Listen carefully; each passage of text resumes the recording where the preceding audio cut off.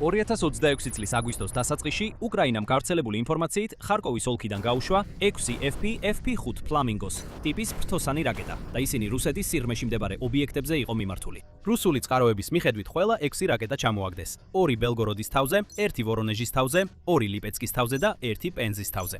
დაახლოებით 6 რაკეტა გაუშვეს. 6-ვე ჩამოაგდეს. სამიზნეზე არაფერი მოხვედრილა. ეხლა თუ იმ დილით რუსულ ტელეგრამს კითხულობდით, სასწაული იარაღი გამოუსადეგარი აღმოჩნდა და რუსულმა საჰაერო თავდაცვამ პრობლემა გადაჭრა. მაგრამ იმავე კვირაში რუსმა ტექნიკოსებმა, რომლებიც ნამსხვრევებს იკვლევდნენ, რაღაც ისეთი აღმოაჩინეს, რასაც არ ელოდნენ. ფლამინგოს ძრავა შეცვლილი იყო. დაახლოებით 1 წლის განმავლობაში აღდგენილ ფლამინგოს ნამსხვრევებში თითქოს ისევ ის საბჭოთა პერიოდის AI-25TL ძრავა ჩანდა. შეიძლება ითქვას, რომ სწორედ ეს ძრავა იყო მთავარი მიზეზი, რაც მთელ პროგრამას აფერხებდა. მაგრამ აღდგენილი ფრაგმენტების ანალიზის მიხედვით, ახალი ფლამინგოები თითქოს ბრიტანეთში წარმოებული ძრავით დაფრინავენ. თეორიულად ეს თითქოს უბრალო ნაწილების შეცვლას ჰგავს. მაგრამ თუ ეს ინფორმაცია დადასტურდა, უკრაინამ პრაქტიკულად მოხსნა ზღვარი. რამდენი ასეთი აპარატის წარმოება შეუძლია და იმის მიხედვით, რომელი ძრავით აღჭურვავს, შესაძლოა ასეულობით კილომეტრით გაზარდოს მოქმედების რადიუსი იარაღისთვის, რომელიც უკვე გავრცელებული ინფორმაციით 3000 კილომეტრს აღწევდა.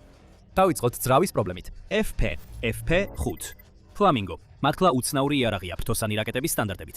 ის უზარმაზარია, დაახლოებით 12-14 მეტრი სიგრძით და 6 მეტრი ფრთების შლილით. გაშვებისას დაახლოებით 6 ტონა და ატარებს საბრძოლო თავკომბალას, რომელიც იწონის 1000-დან 1150 კილოგრამამდე. შედარებისთვის სტანდარტული Tomahawk ატარებს დაახლოებით 450 კილოგრამიან საბრძოლო თავკომბალას და მისი მოქმედების მანძილი დაახლოებით 1600 კილომეტრია. ფლამინგოს, როგორც ამბობენ, ორჯერ მეტზე მძიმე საბრძოლო თავკომბალა აქვს და თითქმის ორჯერ მეტი მოქმედების მანძილი. მაგრამ 1 ტონა საბრძოლო თავკომბალის 3000 კილომეტრზე გადატანა შეუძლებელია იმ პატარა ძრავებით, რომლებიც იაფასიან შორ მანძილზე მოქმედ თავდასხმით დრონებზეა დაყენებული. ფიზიკის კანონები სრულზომიან ტურბორეაქტიულ ძრავას მოითხოვს. Firepoint-ის პირველი გამოსავალი იყო I-25 ყველაზე მნიშვნელოვანი ნაწილი. მის სპეციფიკებზე გარდა ის არის, რომ უკრაინას უკვე ჰქონდა მათი მარაგი საბჭოთა კავშირის L-29 ალბატროსის სასწავლო თვითმფრინავებში.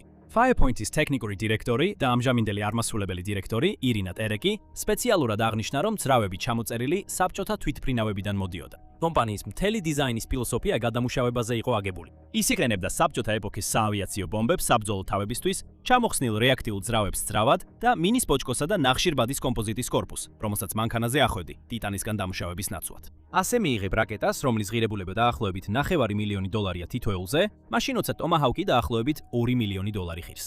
მაგრამ არის პრობლემა, როცა შენ სტრატეგიულ დარტყმის შესაძლებლობას გარდაცვლილი იმპერიის ნაგავსაყრელიდან აგებ. საბჭოთა ძრავების ნაგავსაყრელი აღარ შეივსება. ზოგმა ანალიტიკოსმა ეს პრობლემა მაშინვე აღნიშნა, სანამ ფლამინგო ოდესმე იქნებოდა გაშვებული და AI-25-ის მარაგი პოტენციურ პრობლემად დაასახელა. მაშინ ფიქრობდნენ, რომ არსებობდა ათასობით ძრავა, რომელიც შეიძლებოდა FP-5-ზე დამონტაჟებულიყო. როდესაც მეტი დიზაინი დამკვიდრდა და ძრავების არჩევანი შემცირდა, FP-5 ნაწილობრივ დამოკიდებული გახდა ჩამოწერილი L-29-ების მარაგზე. ეს ნიშნავდა, რომ როდესაც Firepoint-ს აღარ დარჩებოდა კორპუსები დასაშლელად, მათთვის იგივე იქნებოდა, რაც რაკეტების ამოწურვა. და ის ათასების შეფასებაც კი არ იყო სანდო. Firepoint-ი საჯაროდ საუბრობდა თვეში 20 რაკეტაზე, რაც შეიძლება 200-ზე მეტამდე გაზრდილიყო თვეში, რაც ადვილად გადააჭარბებდა იმ რაოდენობას. ახლა კი აქ ჩნდება ჭკვიანი დიზაინის პრინციპები. თუ შეხედავთ ფლამინგოს ფოტოს, შეამჩნევთ, რომ ძრავი თავის ბუდეში ზის ფიუზელაჟის ზედა ნაწილში, ნაცვლად იმისა, რომ კორპუსის შიგნით იყოს ჩამალული, როგორც ეს უმეტესობა ფრთოსანი რაკეტების შემთხვევაშია. მიუხედავად იმისა, რომ ეს უხეშად გამოიყურება, სწორედ ასეთი მოდულური დიზაინი გახდა მთავარი გარღვევის მიზეზი. ძრავის გარედან დამაგრება ნიშნავს, რომ შეგიძლიათ სხვა ძრავი დააყენოთ მხოლოდ მცირე ცვლილებებით თვით რაკეტაში. ასე რომ, როდესაც AA-25-ის მარაგი ამოიწურა, Firepoint-ს ფლამინგოს გადაკეთება არ დასჭირვებია. უბრალოდ სხვა ძრავი უნდა ეპოვა დაახლოებით იმავე წონისა და ბიძგის კლასში და დაემაგრებინა. და აღმოჩნდა, რომ ეს კლასი არ არის იშვიათი. როდესაც ცდილობ მოძებნო ძრავები, რომლებიც დაახლოებით 17 კილონიუტონის ბიძგს აწარმოებენ, რაც სწორედ I-25-ს შეუძლია. ფაულობ რამდენიმე დასავლურ ტურბორეაქტიულ ძრავს, რომლებიც არ იყენებენ შემდგომ წვას და მიეკუთვნებიან დაახლოებით იმავე ბიძგის კლასს და მათი უმეტესობა კიდევ უფრო პატარაა ვიდრე ორიგინალი. რუს ანალიტიკოსებს ანჯერ არ დაუდგენიათ, რომელი ბრიტანული ძრავი მუშაობს ახლა ფლამინგოზე, ან უბრალოდ უკვე იციან და არ ამბობენ, რადგან არჩევანის ვარიანტები ძალიან ცოტაა.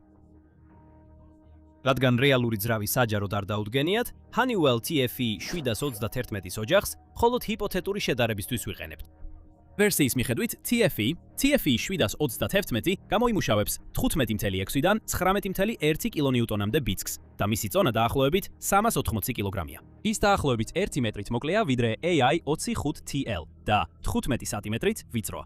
ეს ნიშნავს, რომ ბუდე უნდა დავაპატარავოთ, რაც შეიძლება ითქვას უფრო მარტივად შესასრულებელია. ყველაზე მნიშვნელოვანი ისაა, რომ ამ ძრავების 9000-ზე მეტი უკვე წარმოებულია და ის ამჟამადაც გამოიყენება. ამდენი ძრავი ჯერ კიდევ ექსპლუატაციაშია გლობალური ბიზნეს ავიაციის ფლოტში, რომელსაც გარშემო აქვს ჩამოყალიბებული სათადარიგო ნაწილებისა და ნაწილებისა და რემონტის ინდუსტრია. ჯარზე დაპყრობის ნაცვლად უკრაინამ შეიძლება რეალურად მიიღოს მომარაგების ჯაჭვი, რომელიც მხარს დაუჭერს მის ერთ-ერთ ყველაზე ამბიციურ პროექტს დღემდე. ეს არის მთავარი სარგებელი, მაგრამ შესაძლოა ერთადერთი არ იყოს, რადგან ამ კლასის დასავლური ტურბორეაქტიული ძრავები, როგორც წესი, უფრო ეკონომიურია საწვავის მოხმარებაში ვიდრე AI-25TL. FT მიმოხილვა აღნიშნავს, რომ TFE 731-3 მიუხედავად იმისა, რომ ბიძგით AI-25TL-ს უტოლდება, მსგავს პირობებში საწვავს 15%-ით ნაკლებად ხარჯავს.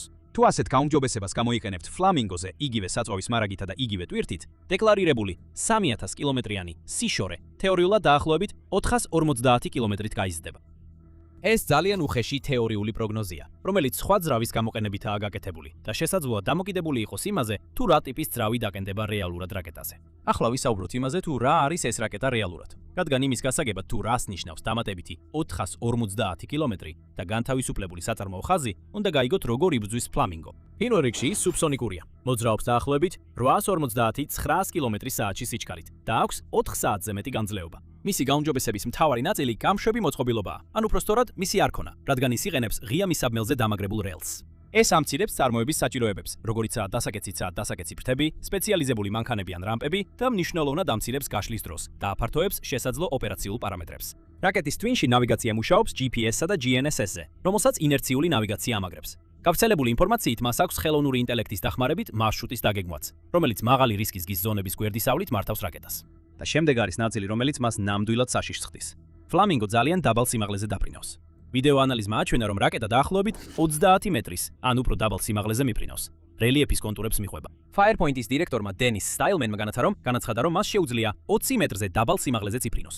რატომ არის ეს ასე მნიშვნელოვანი? დედამიწის სიმრუდის გამო. რადარი ტექნიკურად მხოლოდ პირდაპირი ხილვადობის პარკლებში მუშაობს. მიწის დონეზე განთავსებული რადარი, რომელიც ცდილობს დაინახოს ობიექტი, რომელიც მხოლოდ 20 მეტრის სიმაღლეზე დაფრინავს, მას მხოლოდ დაახლოებით 21.6 კილომეტრის მანძილზე შეძლებს დაფიქსირებას, სანამ თავად პლანეტა არ დაუდგება წინ. და ეს იმ შემთხვევაშიც კი, თუ არ გავითვალისწინებთ გზაზე არსებულ ბორცვებს, წყეებსა და შენობებს. იმისთვის, რომ შეიქმნას უწყვეტი აღმოჩენისა და ჩაჭერის ზოლი, ასეთი დაბალ სიმაღლეზე მემფრენი საფრთხის წინააღმდეგ, რუსეთს დასჭირდებოდა რადარის სადგურები დაახლოებით ყოველ 20 კილომეტრში მიწის დონეზე, ან ყოველ 40 კილომეტრში, თუ ისინი კოშკებზე განათავსებენ. ფრონტის ხაზზე, რომელიც უკრაინის სიგრძეზე გადის და რუსეთის შიდა ტერიტორიაზე, რომელიც 11 დროის სარტყელს მოიცავს, ეს უბრალოდ არაპრაქტიკულია და არავის ბიუჯეტში არ ჯდება. მეორეც, 1 ტონა საბრძოლო ქობინი, რომელიც 950 კილომეტრი/საათში სიჩქარით მოდის, ეს არის FP5-ის გავრცელებული ინფორმაციით მაქსიმალური სიჩქარე, უზარმაზარი საბოლოო ენერგიით ურტყამს მიზანს. მაღალი საბოლოო სიჩქარისა და დიდი მასის კომბინაცია იმას ნიშნავს, რომ საბრძოლო ქობინი აფეთქებამდე უფრო ღრმად აღწევს ნაგებობაში, რაც აფეთქებას ნგრევად აქცევს. როდესაც უკრაინამ დაარტყა ტიტან ბარიკადის ქარხანას ვოლგოგრადში, ოსინთის ანალიტიკოსებმა, რომლებმაც ზიანი შეისწავლეს, აღწერეს ჩამონგრეული კოჭები, გაბრტყელებული კედლები და განადგურებული მძიმე ტექნიკა, რაც შეესაბამებოდა დაახლოებით 9 ტონა ძლიერი ასაფეთქებლის აფეთქებას შენობის შიგნით. ქაღალდზე ეს კოშმარული იარაღია. მას აქვს უზარმაზარი საბრძოლო ნაწილი, მოქმედების მანძილი, რომელიც უახლოვდება ზოგიერთი საშუალო სიშორის ფრთოსანი რაკეტისას. რელიეფთან მინდევარი ფრენის პროფილი, ჩარევისადმი მდგრადი ნავიგაცია და ფასი, რომელიც ტომაჰაუკის მეოთხედს შეადგენს. მოდით გადავიდეთ ამ იარაღის გამოყენების ისტორიაზე. უკრაინული წყაროები ამტკიცებენ, რომ საბრძოლო პირობებში პირველად გამოიყენეს 2025 წლის აგვისტოს ბოლოს, როდესაც გავრცელებული ინფორმაციით მინიმუმ 3 ფლამინგო ოდესის რაიონიდან გადაკვეთა შავი ზღვა და დაარტყა ფსბ-ს ბაზას ოკუპირებულ ყირიმში, არმიანსკის მახლობლად. ერთ რუს სამხედრო მოსამსახურეს მოკლეს და 6 ჰოვერკრაფტი დააზიანეს. ამ ინფორმაციას ერთი შენიშვნა ახლავს, რადგან დამოუკიდებელმა რუსულმა გამოცემამ ასტრამ დაადასტურა თავდასხმა, თუმცა აღნიშნა, რომ იარაღის შესაძლოა სინამდვილეში შორი მოქმედების ნეპტუნი ყოფილიყო და არა ფლამინგო. იქიდან რაკეტა ჩაჩუმდა, შემდეგ კი კვლავ გამოჩნდა. უკრაინის გენერალურმა შტაბმა განაცხადა, რომ ფლამინგოები იმ სისტემებს შორის იყო, რომლებიც 2026 წლის იანვარში გამოიყენეს ასტრახანის ოლქში, კაპუსტინ-იარის საცდელი პოლიგონის ანგარის კომპლექსის წინააღმდეგ. 2026 წლის თებერვალში 6 ფლამინგო გამოიყენეს რუსეთსა და ყირიმში მდებარე სამიზნეების წინააღმდეგ, ხოლო გენერალურმა შტაბმა დაადასტურა დარტყმა ვოდკინსკის მანქანათმშენებლობის ქარხანაზე. ეს იყო რუსეთის ბალისტიკური რაკეტების ინდუსტრიის ძირითადი კვანძი, დაახლოებით 1400 კილომეტრით დაშორებული უკრაინიდან. ეს იყო პირველი შემთხვევა, როცა უკრაინამ ამ ტიპის ობიექტს დაარტყა, რაც მიუთითებს, რამდენად მნიშვნელოვანი იყო მანძილისა და სინძლავრის კომბინაცია. ამის შემდეგ FP5-მა მცირე ჩავარდნა განიცადა, რადგან მისი გამოყენების რამდენიმე ანგარიშიდან ჩანს, რომ ან რუსული თავდაცვა ანადგურებდა მათ, ან მიზას აცდენდნენ. შემდეგ მოვიდა ივნისი. 5 ფლამინგო გამოიყენეს ვოლგოგრადში მდებარე ტიტან ბარიკადის ფედერალური კვლევისა და წარმოების ცენტრზე დასათმელად. ეს იყო ადგილი, სადაც ბალისტიკური რაკეტების გამშვები დანადგარებისა და რაკეტმზიდების საბოლოო აწყობა ხდებოდა. მათ შორის იყო ისკანდერ M-ის გამშვები დანადგარები და კომპონენტები. ერთმა გამოცემამ ეს უკრაინის მიერ მთელი ომის განმავლობაში განხორციელებულ ერთ-ერთ ყველაზე წარმატებულ სარაკეტო თავდასხმად შეაფასა. ერთი თვის შემდეგ ფლამინგომ დაარტყა ვიატკის მანქანამშენებლობის საწარმო AVTEX კიროვში, რომელიც უკრაინიდან 1200 კილომეტრზე მეტითაა დაშორებული. Firepoint-მა თავად გამოაქვეყნა გაშვების სარეკლამო ვიდეო. AVTEX არის კორპორაციის ნაწილი, რომელიც ავითარებს და აშენებს პრაქტიკულად ყველა მთავარ რუსულ საჰაერო თავდაცვის სისტემას, მათ შორის საზენიტო რაკეტებსა და TOW-ის კომპონენტებს. უკრაინის თავდაცვის დაზვერვის მიხედვით, ის ასევე აწარმოებს საწვის გაზის გენერატორებს, რომლებიც საჭიროა რუსეთში წარმოებული ფრთოსანი რაკეტების ტურბოჯეტების ასამუშავებლად. ამაზე ერთი წუთით დაფიქრდი. უკრაინულმა ფრთოსანმა რაკეტამ დაწვა ქარხანა, რომელიც რუსული ფრთოსანი რაკეტების ძრავებისთვის ანთების მოწყობილობებს აწარმოებს. უკრაინის ძრავის პრობლემა და რუსეთის ძრავის პრობლემა ერთი და იგივე რამით გვარდებოდა. მაშ რა შეცვლის რეალურად ახალი ძრავი ამ მისიებში?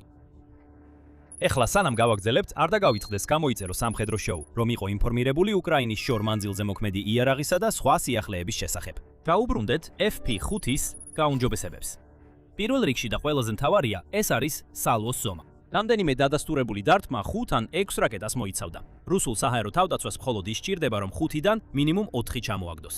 მაგრამ თუ ძრავის მიწოდების ჯაჭვი Firepoint საშუალებას მისცემს თვეში მნიშვნელოვნად მეტი რაკეტა აწარმოოს, სალვა აღარ იქნება 5, არამედ გახდება 15 ან 20 და საჰაერო თავდაცვა გაჯერების პრობლემა. ყოველი გადამჭრელი რაკეტა, რომელსაც ბატარეა ისვრის, ნიშნავს ერთ ნაკლებ რაკეტას შემდეგი სალვოსთვის და რადარებს რეალურ დროში შეზღუდული რაოდენობის სამიზნეების თვალყურის დევნება შეუძლიათ. სხვაობა 5 შემომავალსა და 20 შემომავალს შორის მხოლოდ 4-ჯერ მეტი შესაძლო ზიანი არ არის, არამედ რეალურად სამიზნეზე რეალურად მურად მოხვედრის შესაძლებლობა. მეორეც, გაზრდილი მანძილი სხვადასხვა დამიზნების ვექტორებში აისახება, რაც ნიშნავს, რომ მეტი სამიზნე ხდება ხელმისაწვდომი. მათ სტურია, როცა 450 დამატებით კილომეტრს ისმენ და ფიქრობ, რომ ამდენად უფრო აღმოსავლეთით მდებარე სამიზნეების დაზიანება შეგიძლია. ზოგჯერ ეს ასია, მაგრამ უფრო ღირებული გამოყენება ამ მანძილის გვერდითი მიმართულებით გამოყენებაა. თუ ერთ-ერთ წარუმატებლობას შევხედავთ, მაგალითად 6 რაკეტას, რომელიც ხარკოვის ოლქიდან აგვისტოს დასაწყისში შოუს დაწყებისას გაუშვეს, რუსულმა ხელისუფლებამ განაცხადა, რომ ყველა 6 რაკეტა ბელგოროდისა და ვორონეჟის თავზე ჩამოაგდეს, ლიპეცკისა და პენზის თავზე. ფრენის მარშრუტი პირდაპირ გადიოდა რუსული საჰაერო თავდაცვის ცნობილ კონცენტრაციებზე. ასე ხდება, როცა მოკლე გზით მიფრინავ. დამატებითი მანძილი ნიშნავს, რომ გაქვს მეტი საწვავი, რათა გრძელი გზით იფრინო და მოულოდნელი მიმართულებები აირჩიო.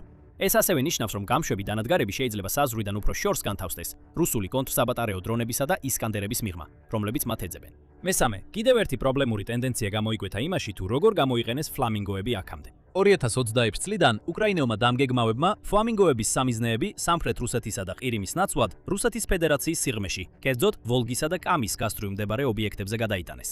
2026 წლის ივლისისთვის ყველა დადასტურებული ფლამინგოს შეტევა დიდ წყალმიმდინარე ნაპირას მდებარე ობიექტს მოხდა. ერთი ვერსია, რომ უკრაინელმა დამგეგმავებმა გაარკვიეს, რომ რაკეტა ყველაზე ეფექტურად წყლის ზემოთ მუშაობს, სადაც მას შეუძლია ყველაზე დაბალ სამუშაო სიმაღლეზე ჩამოსვლა, რადგან გზაზე არც ბორცვები და არც ანძებია. ეს ელეგანტური გადაწყვეტაა, მაგრამ ნიშნავს, რომ არსებული ფლამინგო ფაქტობრივად მდინარის იარაღია და რუსეთმა შეიძლება ეს გამოიცნოს და თავისი თავდაცვა შესაბამისად დაალაგოს. უფრო დიდი მანძილი და საწვავის მეტი მარაგი აგრესიული რელიეფის გასწვრივ ფრენისთვის ნიშნავს, რომ ფლამინგო შეიძლება აღარ იყოს მდინარეებზე დამოკიდებული და დაიწყოს იმ სამიზნეების დამუქრება, რომლებიც სანაპიროსთან ახლოს მდებარეობს. მეოთხე, ფლამინგომ შეიძლება გადალახოს თავისი ერთ-ერთი ყველაზე დიდი ბარიერი E-50U. მიზეზი, რის გამოც უკრაინის ფლამინგოები იღუპებიან, არ არის სახმელეთო რადარი, რადგან ამას დიზაინი უკვე აგვარებს.